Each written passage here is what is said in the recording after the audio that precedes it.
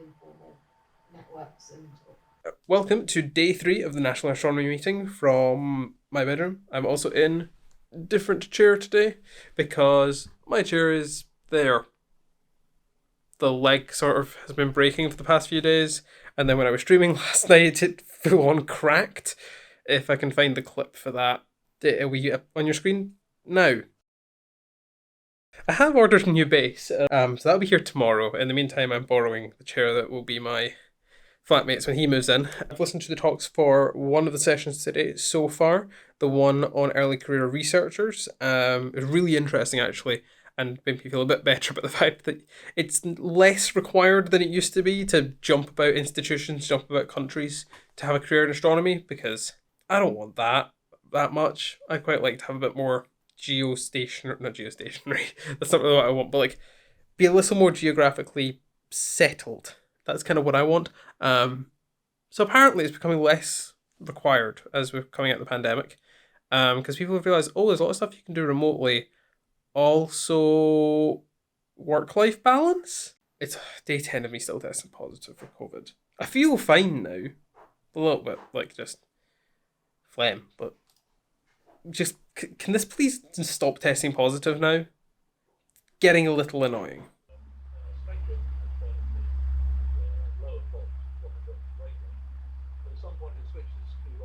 Like features in the optical spectrum that are quite recognisable and allow you to measure the magnetic field. Yeah, so we just had the plenary talks. So there was one on how like space weather affects things in like satellites and how you forecast it, which was interesting enough. And then there's a really interesting one on accreting magnetic white dwarfs. So white dwarfs are what you get when like a star like our sun's reached the end of its life.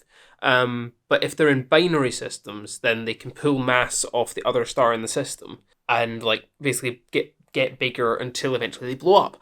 But there's some of them are magnetic. They have magnetic fields that can funnel some of the gas and everything. It's really interesting. Now there's been a few observations of this, but not very much simulation stuff. There's been a bit of simulation stuff like a while ago, like we're talking like a decade ago at least, maybe more. There's not been a lot done recently. So they've got these really interesting observations, but they don't really know how they got to that point. So some simulation work is start trying to explain that. I find this really interesting. I kind of want to go and do some Googling into this. Not because I think it's something I think could be very interesting, something good to explore, but whether it's something I could do myself yet is another question. I mean, I'm trying to figure out what I'm doing for my master's project. Somehow I think this might be a little bit too difficult, a little bit too long, really. But I kind of want to look into this because it's accretion physics, and I'm doing a module on magnetofluids next semester, which could be really interesting as well. So I might be doing a bit more Googling and reading papers and stuff on this, because this looks cool. Yeah, so that's at the end of plenary number 6, was the white dwarfs one. So I've got a 2-hour gap. So in this 2-hour gap, what am I going to do? Well, in this 2-hour gap, what I'm going to do is start pulling together some of the stuff that I did yesterday when I recorded the video and see if I can start cutting that down. I really don't like this. This chair is just a bit...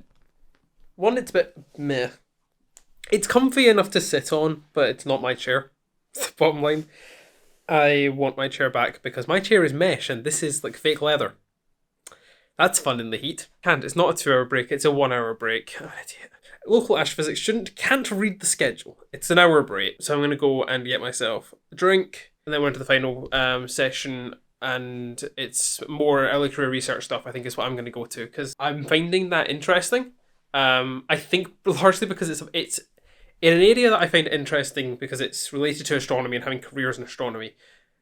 It also has the added benefit of I don't have to understand a lot of physics. There's a lot of the physics here that while I'm understanding the gist of the talk, I'm not understanding exactly what they're on about. There's also a lot of observation stuff, which it's astronomy. I would like some more simulation stuff, and I think there might be more of that towards the end of the week. I'm not sure. I'm going to have a look at the parallel sessions for the next couple of days as well and see what's coming up. But right now I'm going to get a drink because I'm too warm and I need a drink. I'm also going to put my fan back on.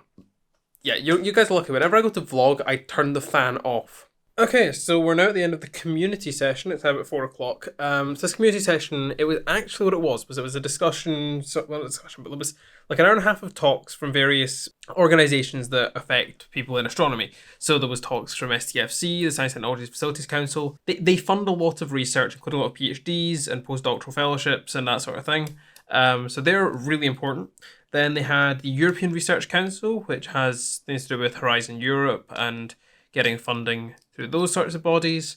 The UK Space Agency, talking about the space science, where that's planning to go in the next few years, things that have affected it, COVID, the war in Ukraine, all that sort of stuff. There was some really interesting stuff in the STFC talk about postgraduate funding. They're working on this thing called the Postgraduate Research New Deal, I think is what they called it. And part of that is PhD stipends, which are a bit of a, well, they're a bit of a mess. And by mess, I mean they're crap. Basically, if you have a PhD stipend in the UK, you're flirting with the poverty line in a lot of cases. That's not good. It's less than living wage in a lot of cases. For a highly skilled job, it is a job that you do full-time hours for. Basically it's something that they're finally looking into. I'm not convinced they're going to actually make a massive amount of headway on it, but we'll see. They didn't really give a timeline on that, so I asked my question through the chat, do you have a timeline on this? He didn't know exactly, but he said it was going to be coming to their board in the next couple of months, which was good, because when he said it, I thought, okay, so that's 4 years away. But if that's coming in the next couple of months, then maybe there'll be a result of it by the time I'm starting a PhD in just over a year, hopefully. And a really good point was raised by Sheila Kanani, who's the diversity officer for the Royal Astronomical Society. She highlighted to the people on the panel to please stop calling the James Webb Space Telescope by its full name, to go by JWST, because there's allegations against James Webb the man of excluding LGBT people from NASA. So can we please just call it JWST, or perhaps, as she suggests, the Just Wonderful Space Telescope? James Webb, no. JWST, yes. Thank you, Sheila Kanani. Thank you for saying it. It was driving me up the wall. There's a bit of a break now, and then we're going into the last parallel session of the day, which is the continuation of the early careers sessions this morning, is what I'm going to go to. There's some other stuff running at the same time, obviously, otherwise it wouldn't be a parallel session. And then I'm streaming Civilization 6 tonight. So that's all going to be good. I'm going to go and get myself yet another drink because it is still 27 degrees in my room. Far too bleeding hot. But I'm really enjoying this. Today's actually been a really good day. There's not been much science stuff that I've listened to. I mean, the talk on the magnetically accreting white dwarfs, that was really interesting. But the number of science talks I've gone to has actually not been that many. It's been a lot of stuff about the careers and what's happening in the world of astronomy and stuff. It's been really interesting from the point of view of me wanting to go into astronomy. There's actually not been that much science I've attended today. What I will actually say before I go and get my drink is that I haven't just done that, because there was a lot of stuff that wasn't necessarily of massive interest to me in those talks on the in the community session, because it was more on focus for people who are postgrads, postdocs, and later in their careers, applying for big grants and stuff. I also managed to do some stuff for YouTube, so I cut down part of my video on how to stay sane at university into a YouTube short, which is now going to be about here. I've cut this down into something that's only about 48 seconds long, explaining one of the techniques that I use to manage my stress at university. So that's now on YouTube as a YouTube short. It's now on Instagram as an Instagram reel. I'm trying this out, hoping that short form video will help grow the channel. Okay, so this technically isn't anything to do with the conference. In fact, it just isn't anything to do with the conference at all. But what I'm doing this evening, while the conference people are off doing fun things in person, is I'm going to be streaming Civ 6 on Twitch. And this is something I do pretty regularly, playing games on Twitch. And I just thought I'd give you a bit of a sort of look at the back end of the stream. Here we have the game on one of my monitors. With that, we have a big ass softbox. This is what keeps me nice and lit. Up here we have my Canon M50, which is my mirrorless camera, and that's what is used as a webcam through the EOS webcam utility that Canon provides. Going into OBS, which we'll have that. There we go. So OBS is what I use for streaming, and down here I have a second keyboard above my regular keyboard, which I have hooked up through Lua macros and auto hotkey to be able to use the stream shortcuts for changing scenes, turning audio sources on and off. And then we have finally the couple of two very important things for this stream: beer, water, because it's frickin' roasting. And then the fan. So that's what I've got at the back end. I'm going to go and stream now. I'll see you tomorrow. Welcome to day 4 of NAM. It's I've sat through the first couple of talks. We're in the session on 3D hydrodynamics and magnetohydrodynamics, which is really interesting. It's the sort of stuff I'm interested in. But it's talking about like trinary systems, like triple systems with 3 stars, spinning in and injecting a massive amount of gas into space. It's really interesting. The mic's going back. Give me a sec. No. That's a no. They did not get to my question. I'm going to sit in this session, then we've got a couple of plenaries which don't sound that interesting to me, but I might go to them anyway. Later this afternoon we have the poster session, which should be really interesting, hopefully. And then there's another session this evening, which I don't know what I'll go to, because there's so many things on today. Okay, it's now about 2 o'clock. And I've actually done very little of the National Astronomy Meeting today. So we had the talks on magnetohydrodynamics and other hydrodynamical stuff, which was interesting. We had a good time with that. Then I had a bit of a break. I didn't actually go to the first plenary talk because I don't really have that much interest in the Solar Orbiter probe. And the Solar Orbiter, it's just not that interesting to me. And I just didn't want to look at a screen. I've spent a lot of the last 3 days looking at a screen. Then there was a bit of a break, had lunch. Then there's another talk on do we have a standard model of cosmology, which I watched a bit of, but then the guy showed up to do my gas safety check. So yeah, I didn't watch the rest of that. What I did do was fix my chair. So I ordered a new 5-legged thing, and I spent I spent some time trying to whack the this gas cylinder section back out of the old one, which was a bit of a pain. It was quite fortunate that the plumber came around to do the gas safety check because I could just borrow his hammer because my rubber mallet was not cutting it. It was just too stuck. But it's out now. It's all done now. And I put it into the new chair, into the new legs, and it works great. And they're steel, so they shouldn't break. Yeah, so that's all sorted. I have my chair back. The other chair is back in the other room. And now I've got half an hour to kill before we get back to the simulations talks about magnetohydrodynamics and stuff. It's quite cool. There was actually a talk this morning on a code, well, stuff done using a code that I've actually used before. Not what I used it for, but it was using the Phantom code that I used for my summer project last year, which I kind of want to reinstall and have a go at messing around. I've uploaded a picture to Instagram, so yeah, go jump onto my Instagram for that, at Thomas_Rintel_photo. Yeah, I've got a few more things to do before I'm streaming tonight. I'm streaming alongside Cat Does Maths, who is a maths communicator, but we're playing a puzzle game tonight. We're playing co-op Portal 2, so that'll be fun. Alright, so it's coming up on about 10 to 6 at the minute. The sessions this afternoon weren't so great. The session on like magnetohydrodynamics and all that stuff, it started focusing on like stellar physics, so looking more on what's going on inside the sun rather than stuff going on with planets. No, not inside the sun, but inside stars, but not planets. Stars. So we had a talk on like binaries and stuff that was really interesting in the first half. Second half was all like radiative zones inside stars, which doesn't really interest me that much.